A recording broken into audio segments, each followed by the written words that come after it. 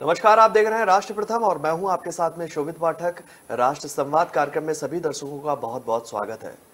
धीरे धीरे दिसंबर महीना भी आने वाला है और गुजरात की राजनीति से जुड़ा ये महीना जो है वो काफी अहम होने वाला है, क्योंकि जिस तरीके से चुनाव नजदीक आ रहे हैं और राजनीतिक दल गुजरात में उनकी सक्रियता है वो लगातार बढ़ती जा रही है और वो आम जनता के बीच जाकर उनकी समस्याओं को हल करने का दावा कर रहे हैं।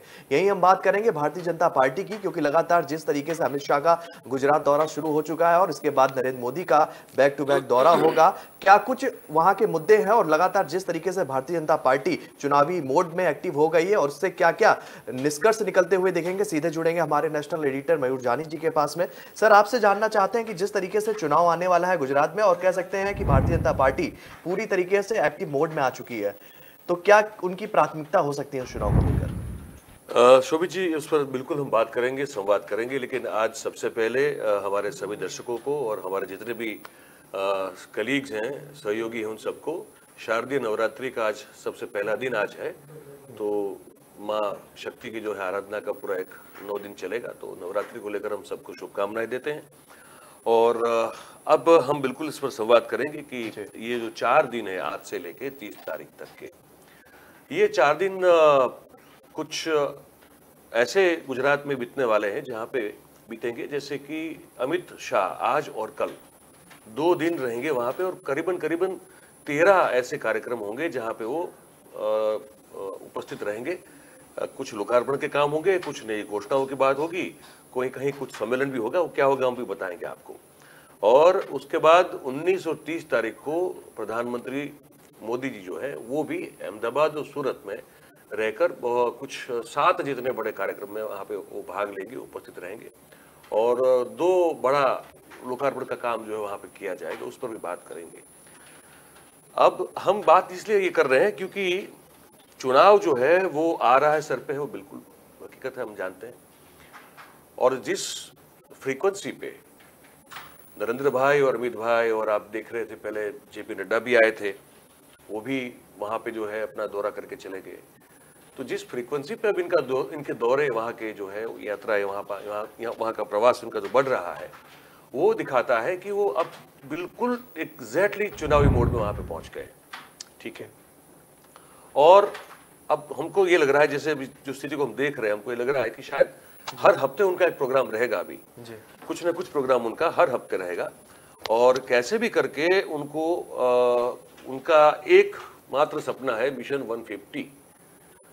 वो माधव सिंह सोलंकी वाला रिकॉर्ड जो अब तक टूटा नहीं है, वो रिकॉर्ड उनको कैसे भी करके तोड़ना है और उसी में उन्होंने जो है जी जान लगा दी है। मतलब आप देखिए कि देश का प्रधानमंत्री एक राज्य के चुनाव के लिए कितनी मेहनत कर रहा है उसको जीतने के लिए, लेकिन कारण उसका ये है कि ये उनका गृह राज्य है, ये उनका होम स्टेट है। तो होम स्टेट में आप हारना आपको मंजूर नहीं है, गवारा नहीं हो सकता। मतलब पिछली बार जब 99 सीट आई थी तब भी बहुत किरकिरी हो गई थी, तो बहुत सारे ताने जो है दुनिया भर से आ रहे थे कि आपके गृह राज्य में भी जो अगर आपकी सीटें इतनी कम हो सकती है, तो डबल डिजिट में आ गई थी और 92 सीट्स चाहिए होती है सरकार बनाने के लिए, तो उससे सिर्फ 7 सीट ज्यादा उनको मिली थी। तो वहाँ उस समय पिछले चुनाव में बहुत भुगत चुके हैं, जेल चुके हैं। तो इस बार ये चाहते हैं कि कैसे भी करके 150 का आंकड़ा जो है मैजिक फिगर है उसको छू लिया जाए। अब ये बताएंगे आपको कि क्या क्या हो रहा है। मैं आपको जो एक सूची है, मैं मेरे पास आइटिनरी है, मैं बता रहा हूँ आपको कि अमित शाह जब आज अभी पहुंचे होंगे अभी, तो अपने एक तो संसदीय क्षेत्र है उनका, उसी में एक स्थल है विरोचन नगर, तो वहाँ पे प्राथमिक आरोग्य केंद्र का उद्घाटन करेंगे। फिर उसके बाद बावला करके एक अगेन नज़दीक में एक विसिनिटी है, वहाँ पे वो वहाँ के आसपास के जो किसान हैं उन किसानों का एक सम्मेलन है, उसमें वहाँ पे वो शिरकत करेंगे। फिर जो है अहमदाबाद म्युनिसिपल कॉरपोरेशन के द्वारा निर्मित एक साउथ वेस्ट जोन की कचहरी है, लोगों के लिए अपनी बात रखने के लिए जो कचहरी बनती है, तो उसका लोकार्पण करेंगे। और 2140 जो इकोनॉमिक बैकवर्ड लोगों के लिए जो वैकल्पिक व्यवस्था की जाती है, जो ईडब्ल्यूएस आवास जिसको हम कहते हैं, और उसके साथ साथ एक तालाब को खुदाई करनी, वहां पे जो तालाब भर चुका है तो उसको खुदाई करनी उसकी, तो इस 2 योजनाओं का वो खातमुहूर्त करेंगे, मतलब उसको ग्राउंड ब्रेकिंग सेरेमनी उसकी कर दी जाएगी। और फिर 27 तारीख को गांधीनगर के ही कलोल में आप जो है अमित शाह राज्य कामदार बीमा योजना की एक 150 बेड की अत्याधुनिक हॉस्पिटल है उसका उद्घाटन कर देंगे। ठीक है, अब आज प्रथम नवरात्रि का दिन है, अब कल जो है तो अपने जो वतन है मानसा, वहां पे वो बहुचरा जी जो माता जी है, माँ देवी है, उनकी एक पूजा में वो सम्मिलित होंगे, वहां बैठेंगे, आरती करेंगे उनकी, और उसके बाद वो कुछ और अन्य कार्यक्रम है वो निपटा के फिर वापस जाएंगे। अब प्रधानमंत्री आ रहे हैं 29 तारीख को, उनकी भी आइटनरी जो है वो समझने वाली है। ये इसलिए कह रहे हैं कि देखिए कैसे कैसे कार्यक्रमों में जा रहे हैं जी।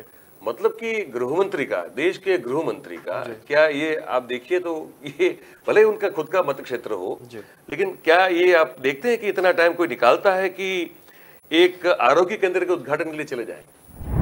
भाई वो तो वहां का एमएलए भी कर सकता है, वहां का काउंसिलर भी कर सकता है, और आप आशीर्वाद दे सकते हैं। अब वहां गृहमंत्री का आरोग्य के उद्घाटन में जाना ये क्या दर्शाता है ना, कि वो कितने कंसर्न है हर चीजों को लेकर अभी वहां पे। ठीक है, वो ग्राउंड ब्रेकिंग सेरेमनी हो रही है ईडब्ल्यू आवास की, और वहां तो एमएलए भी चला जाएगा, काउंसिलर चला जाएगा, वो कॉर्पोरेशन के तहत आता है तो आपका जो स्टैंडिंग कमेटी का चेयरमैन है या जो मेयर है वो जा सकता है। देश के गृह मंत्री को वहां जाने की आप समझिए कि ऐसी कोई जरूरत नहीं पड़ती है, क्योंकि वो सिर्फ सांसद नहीं है वहां से, वो गृह मंत्री है देश के। तो ये इस पर इसलिए हम ये सूची बता रहे हैं कि आप कितने कितने किस लेवल के जो उद्घाटन और काम में वहां पे जा रहे हैं, और अपनी अपनी अपनी उपस्थिति वहां पे दर्ज करवा रहे हैं और बात कर रहे हैं, संवाद कर रहे हैं। वो जो किसान है ना, वो जो सम्मेलन, वो बड़ा इंटरेस्टिंग बताऊं आपको, वो जो है उसको पूरा नल काठा बोलते हैं। वो इस तरह विरोचनगर से लेकर उस तरह बावला से लेके पूरा नल सरोवर वहां पे बनता है, नल सरोवर वहां से लेके कच्छ तक फैला हुआ है, और वो जो है अभ्यारण्य भी है बहुत सारे पक्षियों के लिए।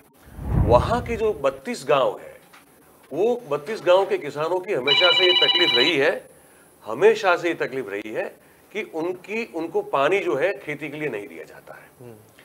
और वो क्यों नहीं दिया जाता है? उन्होंने 4 या 5 साल पहले एक बहुत बड़ा प्रदर्शन किया था सानंद में, सानंद से वो रैली निकालना चाहते थे, और पुलिस उन पर जो है टूट पड़ी थी लाठी लेकर जम के, और उनकी हमेशा मांग ये रही कि उनको पानी नहीं मिलता है।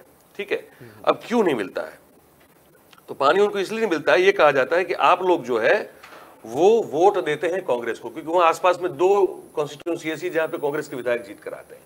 अब इन किसानों का सम्मेलन है, समझ रहे हैं, तो वो तो हमको लग रहा है कि चलिए कुछ ना कुछ एक इनको पता है कि ये यहाँ इनको अपने और खींचना समझना, ये समझना बनता है हमारा कि वो कोशिश करेंगे। बाकी ऐसे ऐसे कार्यक्रम जहाँ एक सांसद की और खास करके गृह मंत्री देश का हो, उसकी उपस्थिति की जरूरत हो, ऐसा लगता नहीं, लेकिन वहां जा रहे हो। ठीक है, तो हम अब बताएं कि प्रधानमंत्री जी क्या करने वाले हैं। ये 29 तारीख को अहमदाबाद और सूरत, 30 तारीख को कुल मिला के 2 जगह उनके कार्यक्रम है। ठीक है, अब 29 में वो जो है अहमदाबाद आएंगे, फिर सूरत की मुलाकात भी करेंगे, और अहमदाबाद में वो नेशनल गेम्स जिसकी बहुत तैयारियां हो रही है, आप जानते हैं, उस पर बहुत सारी खबरें भी चलती रहती हैं।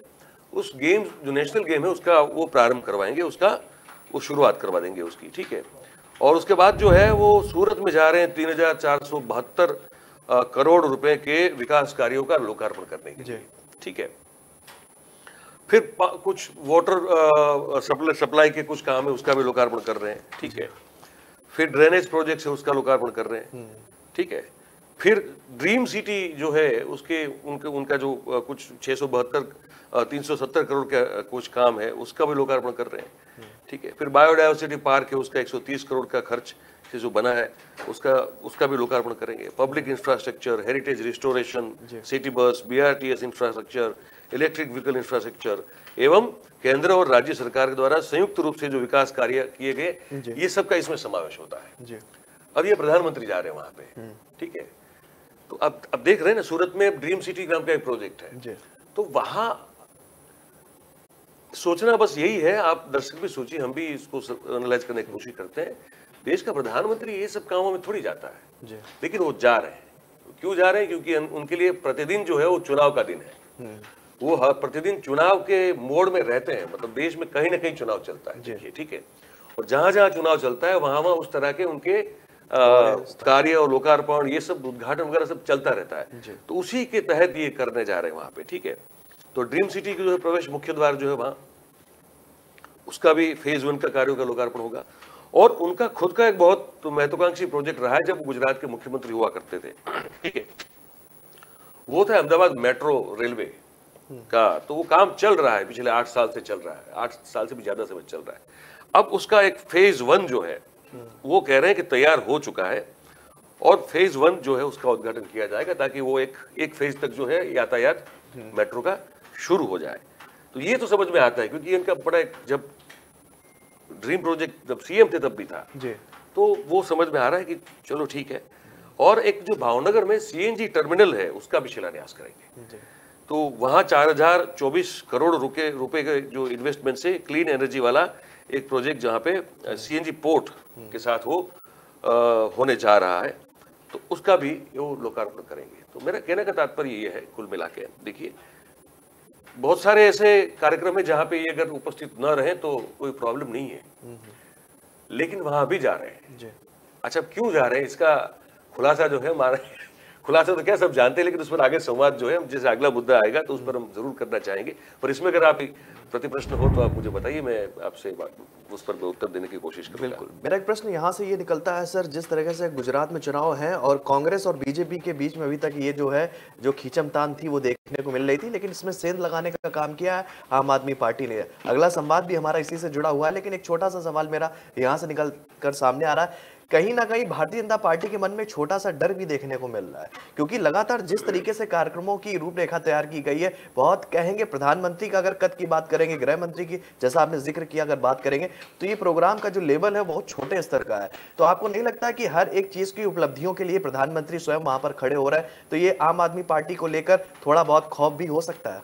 देखिए, मैं इतना तो बिल्कुल ये कह सकता हूं कि एक खौफ है जी, लेकिन उसके साथ साथ और चीजें हैं जी। देखिए, ये है कि अब यहाँ 26 तो कंफर्म 26 साल से वहां सत्ता में है पार्टी, और इतने सालों तक लगातार सत्ता में होने रहने से आपके पास जो है अपेक्षा ये की जाती है कि अब तक तो आपने समझ लीजिए कि भाई हर चीज का समाधान कर दिया होगा ना जी। आप लगातार बहुमत में रहे हैं, आपकी सरकार हमेशा बहुमत में रही है, तो आपने जो भी नीति बनानी है, आपने जो भी विधेयक पास करने हैं, जो भी अमेंडमेंट करने हैं, ठीक है, वो आप कर ही रहे हैं। तो जन सुविधा को और अच्छा करने के लिए, लोगों के जीवन की सुखाकारी एक राज्य सरकार के नाते कैसे उसको ठीक कर सकते हैं, उस राज्य सरकार के हाथ में क्या होता है? देखिए, उसके हाथ में विदेश नीति नहीं होती है, उसके हाथ में देश की रक्षा नीति नहीं होती है, ठीक है, पर उसके हाथ में अपने पूरे स्टेट का एक नियमन रहता है। गृह मंत्रालय अपना खुद का होता है। जैसे क्राइम का जो रेट है, अब एनसीआरबी के अगर डेटा देख लेंगे तो वहां आपको बहुत चौंकाने वाले डेटा मिल जाएंगे। उसके हाथ में होता है कि शिक्षा का स्तर अच्छा करे, और शिक्षा जो है इतनी सस्ती करे कि आम आदमी के लिए भी शिक्षा जो है वो उसके बच्चों के लिए वो ऐसी किफायती दाम पे मिले कि वो ठीक से उसको पढ़ा सके। स्वास्थ्य सेवा जो है सरकार के हाथ में, राज्य सरकार के हाथ में होती है। स्वास्थ्य सेवा ऐसी बना दे कि जिससे जो है कोई भी गरीब से गरीब आदमी जो है उसको अगर गंभीर से गंभीर बीमारी हो, तकलीफ हो, तो उसको वहां पे इलाज मिल जाएगा। आप यही सब होता है ना जी। रोजगार देना जो है राज्य सरकार के हाथ में, अपने जो संसाधन है राज्य सरकार के पास जो उपलब्ध रहते हैं उसके तहत रोजगार देना उनका एक लक्ष्य होता है। राज्य सरकार के हाथ में ये नहीं होता है कि रुपया गिर रहा है तो उसको कैसे बचाएंगे, ठीक है, अर्थनीति नहीं होती उसके पास, लेकिन अपने राज्य को लेकर वो कितना आर्थिक रूप से सक्षम हो सकता है और अपने नागरिकों को, अपने राज्य के जो नागरिक हैं उनको कैसे अच्छी तरह से उनका जीवन धोरण जो है वो बढ़िया कर सकता है, ये सब चीजें राज्य सरकार के पास होती है। तो क्या ये 26 साल में भारतीय जनता पार्टी की सरकार ये कर पाई है? तो इसको लेकर अब जो है अंदर बहुत बड़ी छटपटाहट है कि अब ब्लेम करेंगे किसको जी। अब देखिए 8 साल से केंद्र की सरकार जी, जो भारतीय जनता पार्टी की सरकार है, अब आप बोल नहीं सकते ना कि केंद्र ने हमारे साथ अन्याय किया जी, नहीं बोल सकते ना, बिल्कुल। और 26 साल से आपकी एक लगातार गुजरात में सरकार है, ठीक है, तो अब किसको कोसेंगे? मतलब आपको अगर किसी के पर ब्लेम गेम खेलना है, किसी के साथ, किसी के सर पे ठीकरा फोड़ना है, आप बताइए किस पर कहेंगे कि ये लोग थे इसकी वजह से ये नहीं हुआ है जी, या ये लोग थे इसकी वजह से हम ये काम नहीं पूरा कर पाए। अब बताइए कि जवाब जब पूछा जाएगा, सवाल जब पूछा जाएगा तो जवाब में किसका सर आके मतलब कलम करके रख दिया जाएगा तस्तरी में कि भाई इसकी गलती थी? जी। है कोई? तो वो एक बहुत बड़ा प्रश्न है जिसको जैसे युधिष्ठिर को यक्ष ने पूछा था तो युधिष्ठिर तो जवाब दे गए थे, यहाँ ये दे पाएंगे कि नहीं, ये सबसे बड़ा सवाल है। बिल्कुल। तो वो एक घबराहट है, उस घबराहट में इजाफा कर रहे हैं केजरीवाल। जी। समझ रहे? वो ये घबराहट तो नेचुरल तौर पे है ही है, जी। उसमें जाके बढ़ोतरी कर रहे हैं और पता नहीं कितना गुना कर रहे हैं, जी। लेकिन कर रहे हैं वो केजरीवाल कर रहे हैं। जी। तो इसलिए जो है इस बार पैच फंसा हुआ है उनके, मतलब क्या कहेंगे कि ये नहीं हुआ, ये क्यों नहीं हुआ, वो नहीं हुआ, ये क्यों नहीं हुआ। हर तरह से आंदोलन चल रहे हैं ना, जी। हम उस पर भी बात कर चुके, एक पूरा हमने एपिसोड किया था। जी। तो वो फिर क्यों नहीं हुआ, उसका जवाब क्या करेंगे, क्या देंगे, किसको दोषी ठहराएंगे, जी। ये चक्कर है वहां पे। तो अब सीधी तौर से कह सकते हैं कि गुजरात चुनाव में मोदी मैजिक काम करेगा या नहीं, ये तो आने वाला समय ही बताएगा और इस मुद्दे पर हम समय समय पर आपके सामने संवाद के माध्यम से जो है विचारों का आदान प्रदान भी करते रहेंगे। बढ़ते हैं दूसरे संवाद की तरफ और वो काफी दिलचस्प है ये संवाद क्योंकि अरविंद केजरीवाल से जुड़ा हुआ है। केजरीवाल और डिप्टी सीएम मनीष सिसोदिया जिस तरीके से बैक टू बैक गुजरात दौरे कर रहे हैं तो निश्चित ही तौर पर जो अन्य राजनीतिक दल है और उनके मन में थोड़ी बहुत घबराहट जरूर होना लाजमी है। और एक महत्वपूर्ण चर्चा सर आपसे ये जानना चाहेंगे कि अरविंद केजरीवाल ने अभी कुछ दिन पहले ऑटो वाले के यहाँ खाना खाया था जी जी। और उसको लेकर कई तरह के रिएक्शन देखने को मिले। हालांकि एक ऑडियो भी सार्वजनिक रूप से वायरल हुआ था लेकिन वो उसकी पुष्टि हम लोगों ने नहीं की थी। और फिर इसके बाद एक नई बात ये निकल के आ रही कि कल उन्होंने ऑफर दे दिया एक सफाई कर्मी को कि आप दिल्ली आइए। राजनेता तो बहुत हमने देखे जो लोगों के घर पर जाके भोजन करते हैं, लेकिन हम आपको बकायदा ससम्मान बुलाएंगे दिल्ली और आपके साथ बैठकर खाना करेंगे। अपने आप में एक नई तरह की राजनीति को जन्म दे रहा है और इस राजनीति के मायने क्या क्या हो सकते हैं, क्योंकि बात करें प्रधानमंत्री मोदी की तो उन्होंने भी कई लोगों के साथ में कभी उन्होंने पैर धोए या कभी कुछ हुआ, हालांकि वो फैक्टर काम भी आया, लेकिन जिस तरीके से अब अरविंद केजरीवाल उनको ओवरटेक करते हुए दिख रहे हैं, क्या कुछ कहना चाहेंगे इस बारे में? देखिए ये जो पॉलिटिक्स है, मैं कहूँगा इसकी शुरुआत तो नरेंद्र भाई ने की है, इस तरह के पॉलिटिक्स की, जो सिंबलिज्म का पॉलिटिक्स है। मतलब एक सिंबॉलिक पॉलिटिक्स होता है, ठीक है, जिसको आप फोटो अपॉर्चुनिटी वाला पॉलिटिक्स भी कह सकते हैं जी।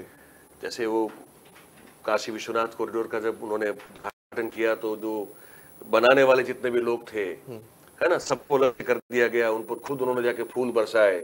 बड़ा मनमोहक दृश्य लगता है ना, देखो तो आपको क्या बात है, आप मतलब कि देश का प्रधानमंत्री जो है खुद इनकी सेवा में लगा हुआ, खुद उनको सम्मानित कर रहा है अपने हाथों से फूल बरसा के, तो लोगों के मन पे इस चीज की असर होती है ना। हर एक व्यक्ति का मन और ज्यादातर लोगों का मन जो है उतना एनालिटिक या उतना रैशनल नहीं होता है कि उस चीज की तह तक जाकर समझने की कोशिश करे कि भाई ये जो कर रहे हैं ये क्यों कर रहे हैं, ये करने की जरूरत क्या है और ये करने के बाद इस पूरे कृत्य का उनको क्या फल मिलेगा। अगर उतना एनालिसिस अगर हर कोई कर सकता है इस देश में तो फिर बात कुछ अलग होती है, लेकिन ये नहीं होता है। ज्यादातर लोग जो है वो भावनाओं में बह जाते हैं, वो इमोशनल हो जाते हैं, वो कहते हैं कि यार देखो देश का प्रधानमंत्री हो तो ऐसा हो। तो ये एक सिंबॉलिक जेस्चर है और इस संकेतात्मक राजनीति का एक तरह से कह सकते हैं कि एक ड्रामेटिक जो है उसको इन्वॉल्व कर दिया था नरेंद्र भाई जब से वो आए थे। और प्रधानमंत्री बने उससे पहले भी वो जब मुख्यमंत्री हुआ करते थे उनकी आदत हुआ करती थी, कई कोई सभा में सम्मेलन में वो जब उद्बोधन करते थे, लोगों को संबोधित करते थे, अचानक किसी को वो हाथ उंगली दिखा के उनके नाम से पुकारते थे कि आप कैसे हो, फलाना भाई कैसे हो, आपके साथ तो मैंने ये वहां बैठ के ये खाया था, ये पिया था, आपके पीछे बैठ के मैं यहाँ घुमा था। तो वो पहले से ये कर रहे हैं। और फिर जैसे आप कहा कि वो पैर धोना, फिर वो वीडियो को बाकायदा फिर जो है बढ़िया से शूट होना, फिर जाना, फिर वो केदारनाथ की गुफा में उनका ध्यान करना, फिर वहीं मतलब ऐसे बहुत सारे इंसिडेंट्स आप देख सकते हैं ना। नरेंद्र भाई का जीवन जो है इस तरह के प्रचार टूल्स से भरा पड़ा हुआ है। अब ये जो पॉलिटिक्स है इसको एक स्टेप और आगे लेके जा रहे हैं केजरीवाल, ठीक है, एक स्टेप मतलब मैं तो कहूँगा शायद 2 स्टेप आगे लेके जा रहे हैं। अब वो भी वही कर रहे हैं पर कुछ बेहतर अंदाज से और जिसको कहते हैं ना एक एज के साथ कर रहे हैं, ठीक है। अब यही बात है, जैसे अब ये सफाई कर्मी है, हर्ष सोलंकी नाम है उनका, ठीक है, तो उनको ये कह दिया कि भाई आपके वहां तो हर कोई आता है। अच्छा ये देखिए मजे की बात देखिए, अब खुद कुछ दिनों पहले चले गए थे एक ऑटो वाले के वहां पे, वहां बैठ के खाना खाया, जाने से पहले पुलिस से उनकी जो है भिड़ंत भी हुई, वो वीडियो भी वायरल हुआ।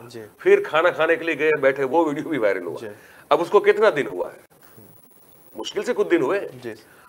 अब तो वो खुद गए ना वहां पे। अब एक जब सफाई कर्मचारी जब कहता है कि आप मेरे घर पे खाना खाने के लिए आइए, तो वही केजरीवाल जो कुछ दिनों पहले खुद फोटो अपॉर्चुनिटी कह सकते हैं, क्योंकि उन्होंने खुद कहा भी इसमें, वो तो फोटो खिंचवाई, वीडियो भी हुए, सब कुछ हुआ। अब वो जब इस सफाई कर्मी से बात कर रहे हैं तो क्या कह रहे हैं कि बहुत सारे नेता हैं वो दलितों के घर जाते हैं, खाना खाते हैं, फोटो खिंचवाते हैं और एक पूरे प्रसंग को फोटो अपॉर्चुनिटी के माध्यम में उसको बदल देते हैं, और पर मैं ऐसा नहीं करूंगा। अब खुद करके आए हैं कुछ दिनों पे, समझ रहे हैं? तो वहां इनको चोच नहीं है, उनको कोई वो नहीं है कि यार हम करके आए हैं कुछ दिनों पहले, अब हम अपने आप को भी उसी श्रेणी में डाल रहे हैं। वो कह रहे हैं कि वो बीत गई सो बात की, अब ये करेंगे हम। तो उन्होंने कहा कि भाई आप सब परिवार आ जाइए, आपने कभी मुख्यमंत्री के आवास में उनके साथ बैठ के भी खाना खाया है? नहीं खाया ना, आप आइए, हम आपको प्लेन का टिकट भिजवाते हैं, आप परिवार के साथ आइए और हमारे साथ हमारे घर में हमारे बीवी बच्चों के साथ बैठ के आप खाना खाइए, हम आपको इतना सम्मानित करना चाहते हैं। तो ये जो है ना, मैंने कहा इसलिए कहा कि ये एक स्टेप और आगे है। ये मतलब ये नाटकीयता है, और देखिए और कुछ नहीं है, ये है पूरी, अगर ठेठ भाषा में कहा जाए तो नौटंकी है ये, बिल्कुल ठीक है, और सोफिस्टिकेटेड जरा कहा जाए तो ये नाटकीयता है, ठीक है, पर है और वो काम करती है। मैं बताऊं आपको, इससे पहले हम आगे बढ़े, मैं चाहता हूं कि वो जो सफाई कर्मी वाला संवाद है जो है, अगर वो दिखा दे, हम हमारे दर्शकों को सुना दे अगर, तो एक बार समझ में आएगा। 15 दिन 20 दिन पहले आप एक इधर विजिट करने आए थे, तब आप ऑटो ड्राइवर के घर पे खाना खाने गए थे, तो क्या सर आप एक वाल्मीकि समाज के घर पे खाना खाने आओगे? मैंने देखा है कि सभी नेता चुनाव के पहले दलितों के घर खाना खाने दिखावा करने जाते हैं। हाँ सर। आज तक किसी नेता ने किसी दलित को अपने घर नहीं बुलाया खाने के लिए? नहीं। आप मेरे घर आओगे खाने के लिए? तो आपने सुना, आपने भी सुना, ठीक है। अच्छा, मैं एक और नाटकीय घटना हुई है। एक महिला है जी, को रो रही है, बिलख रही है, वो कैमरा बिल्कुल उस पर लगा हुआ है, ठीक है। वो कह रही है कि मैं बहुत गरीब हूं और मेरे भाई को नौकरी दे दीजिए आप कैसे भी करके। पहले सुन लेते हैं वो क्या, उस पर फिर बात करते हैं जी। हमें कोई भर्ती नहीं हुई, हम सचिवालय जाते हैं तो पुलिस द्वारा हमें डंडे मारते हैं बस, और कोई हम पर ध्यान नहीं देता। हम नौकरी की मांग किससे करें सर? सर प्लीज मेरे भाई को नौकरी दिलवा दीजिए प्लीज। जीएसआरटीसी वारसदार में ही सर, मेरा भाई आश्री 13 साल से हम राह देख रहे हैं, उनको नौकरी नहीं मिल रही। मेरी मम्मी मजदूरी करती है, मेरा भाई मजदूरी करता है, हम अपनी मांग कहाँ लेके जाए सर? प्लीज रिक्वेस्ट है आपसे, मेरे भाई को नौकरी दिलवा दीजिए सर। शोभी जी, आपने इस वीडियो में क्या देखा, आप ये बताइए। मैं आपसे जानना चाहता हूँ, आप महिला को देख रहे थे जी। आप ये देख रहे थे कि हर तरह से जो है मोबाइल फोन खुले हुए हैं, हर लोग, हर कोई जो है इसको शूट कर रहा था। आपने जो महिला थी उनका आपने पहनावा देखा होगा, आपने उनका वहाँ जिस तरह से उन्होंने बात की देखा होगा, आपने क्या ऑब्जर्व किया ये बताइए। जैसे राजनीति जिस तरीके से चरम पर चल रही है उसका ये जीता जागता उदाहरण ही कहेंगे, और जिस तरीके से वो अपने आप को गरीब महिला अगर कहती हुई दिख रही है तो उसका परिप्रेक्ष्य जो है वो हमें दूर दूर तक अभी इस वीडियो के माध्यम से फिलहाल तो नजर आता हुआ नहीं दिख रहा, लेकिन यद्यपि वो कहे तो उसी पर ही आपसे जानना चाहेंगे कि क्या हकीकत हो सकती है। ये भी वही पुराना खेल है जो नरेंद्र भाई बहुत खेला करते थे, अभी थोड़ा एडवांस हो गया है। हमको बिल्कुल याद है कि बहुत सारे ऐसे कार्यक्रम हमने कवर किए हुए हैं जहाँ पे अचानक से जो है कुछ लोग आ जाएंगे और कुछ ऐसा नाटकीय हो जाएगा जिसकी कहीं किसी ने कोई कल्पना की नहीं होगी, और फिर वो जो है अचानक से वो ऐसी स्थिति में परिवर्तित हो जाएगा जहां पे नरेंद्र भाई जिंदाबाद, नरेंद्र भाई की वाह वाह, नरेंद्र भाई जैसा अगले कोई ऐसा नेता है ही नहीं। ऐसे बहुत सारे हम घटनाओं के साक्षी रहे हैं, ठीक है। अब यही चीज जो है हम एक स्टेप आगे होके देख रहे हैं। अब हम एक ऐसा किस्सा है जो अभी आज नहीं कहेंगे, कभी कहेंगे, लेकिन एक बहुत बड़ा एक ऐसा किस्सा भी है जहां पे कुछ ऐसा ड्रामा हुआ था जिस ड्रामे से वो पूरा नाटक लिखा गया था, उसको दिग्दर्शित किसने किया था, उनसे मेरी बात हुई है। और उसके चलते शंकर सिंह वाघेला जो है वाजपेयी की आंखों से, नजर से, मतलब जैसे इज्जत चली गई थी उनकी। फिर रिबेल और जो हुआ ना उसके बाद हुआ पूरा। तो ये सब जो है अगर तब हो रहा था तो यहाँ पे ये एक सवाल मन में उठता है ना, राजनीतिक गलियारों में गुजरात में ये बातें हो रही हैं शोभित जी कि ये महिला प्लांटेड तो नहीं थी, या वो जो सफाई कर्मी जिसने कहा कि आप मेरे घर पे खाना आइए, क्या उसको पढ़ा के तो नहीं वहां बुलाया गया था। हम इस संभावना को इनकार नहीं कर सकते। बिल्कुल, ये होगा ही या ऐसा ही हुआ होगा ये कह भी नहीं सकते, क्योंकि फिर तो आपको उस कर्मचारी का पूरा एक जो है वो। अब सुनिए दूसरी बात, मजे की बात बताऊं मैं आपको। गुजरात की जो आईबी है इंटेलिजेंस ब्यूरो, वो भाई साहब 24 घंटा लगी हुई है आम आदमी पार्टी के हर एक नेता, हर एक कार्यकर्ता के पीछे। हमको पता है, हमसे जब हमारी बात होती है हम जानते हैं, कुछ आईबी में भी हमारे दोस्त हैं उनसे भी बात होती है, तो कहते हैं कि सर हमको तो ड्यूटी दे दी गई, हमको पूरी तरह फॉलो कराए उनको, हर तरह से वो ट्रैक। अब ऐसे में भी अगर इसको मैनेज कर पाया है केजरीवाल तो ये अपने आप में बड़ी उपलब्धि है। और ये अगर सही में नेचुरल कोर्स में हुआ है तब तो ये उससे भी बड़ी उपलब्धि है, क्योंकि अगर कोई अपने आप आके ये कह रहा है विदाउट एनी ड्रामा, मतलब स्क्रिप्ट एंड एनीथिंग, ये प्रोपोगेटेड नहीं है अगर, तो ये तो बहुत बड़ी बात है फिर। तो ये हर्ष जो है आज अभी पहुंच चुके हैं आज की तारीख में। अब वो उनका खाना था उनके, तो अभी मेरे ख्याल से अभी आज जब अभी बात कर रहे हैं वो बिल्कुल पहुंचे होंगे केजरीवाल साहब के घर पे अपने परिवार के साथ, ठीक है। और उसके बाद जो है उनको ये पंजाब, मतलब पहुंच रहे पंजाब भवन, 11:30 तक पहुंचना था, 11:30 होने की तैयारी में अभी, और 12:30 बजे उनको स्कूल विजिट करवाई जाएगी। देखिए अब इनकी स्कूल विजिट का क्या मतलब बनता है, लेकिन इनको स्कूल की विजिट करवाई जाएगी, ठीक है। और 1:30 बजे वो पहुंचेंगे मुख्यमंत्री केजरीवाल साहब के घर पे, और वहां पे उनके परिवार के साथ बैठ के फिर वो खाना खाएंगे। कह सकते हैं कि जिस तरीके से हमने सुना है कि राजनीतिक दौरे होते हैं तो इनका दौरा कहेंगे दिल्ली के अंदर। बिल्कुल बिल्कुल, जो जिनको बुलाया गया है। अब देखिए आने वाले दिनों में अगर ये बात आप हमारे सामने खुल के आए तो आश्चर्य नहीं होना चाहिए कि ये अब हर्ष सोलंकी के पीछे जो है पूरा तंत्र वहां पे पड़ेगा और उस चीज में से कुछ ना कुछ निकालने की कोशिश करेगा जिससे इस पूरे घटनाक्रम को नाटकीय साबित किया जाए। बिल्कुल। तो राजनीति गुजरात में अब उस लेवल पे, वहां उस चरम कहें या लेवल कहें, हमको समझ में नहीं आ रहा अभी क्या कहें इसको, या तो गिरा हुआ लेवल कहे या उठा हुआ लेवल कहे, ये समझ नहीं आ रहा है अभी, माफ कीजिएगा। लेकिन इतना समझ में आ रहा है कि जहां भी है वो और भी गंदी होती जा रही है, और भी जो है कीचड़ और गंदगी से भरी हुई होती जा रही है, और पछाड़ने के लिए कुछ भी करना पड़े तो वो कुछ भी किया जा रहा है। बिल्कुल। तो अब देखते हैं, इस पर नजर बना के रखेंगे और आगे आगे देखिए। अब तो बहुत सारे और खेला जो कहते हैं ना, बहुत सारा खेल है भाई, आप देखते रहिए। देखिए गुजरात चुनाव आने वाला है और जहां जहां भी पिछले राज्य चुनाव हुए तो इस तरह के घटनाक्रम भी सामने आए, लेकिन अब जो ये घटनाक्रम निकल कर सामने आ रहा है ये अपने आप में पूरी तरीके से अलग है। और हर एक पिक्चर का कह सकते हैं, जिस तरीके से पिक्चर के लिए स्क्रिप्ट लिखी जाती है तो कई हो सकता है कि इस तरह के माहौल को बनाने के लिए भी पीछे से कोई जो है लेखकार हो और उसकी स्क्रिप्ट काम करती हो कि वो वोट बैंक को अपनी तरफ झुकाने में कामयाब हो सके। तो अब देखने वाली बात ये होगी कि ये स्क्रिप्ट कितनी काम आएगी गुजरात चुनाव में, ये तो आने वाला ही वक्त बताएगा। फिलहाल राष्ट्र संवाद कार्यक्रम में आज के लिए इतना ही। कल हम फिर हाजिर होंगे 11 से 11:30 बजे के बीच नए मुद्दों के साथ। तो फिलहाल हमें दीजिए इजाजत, तब तक के लिए नमस्कार।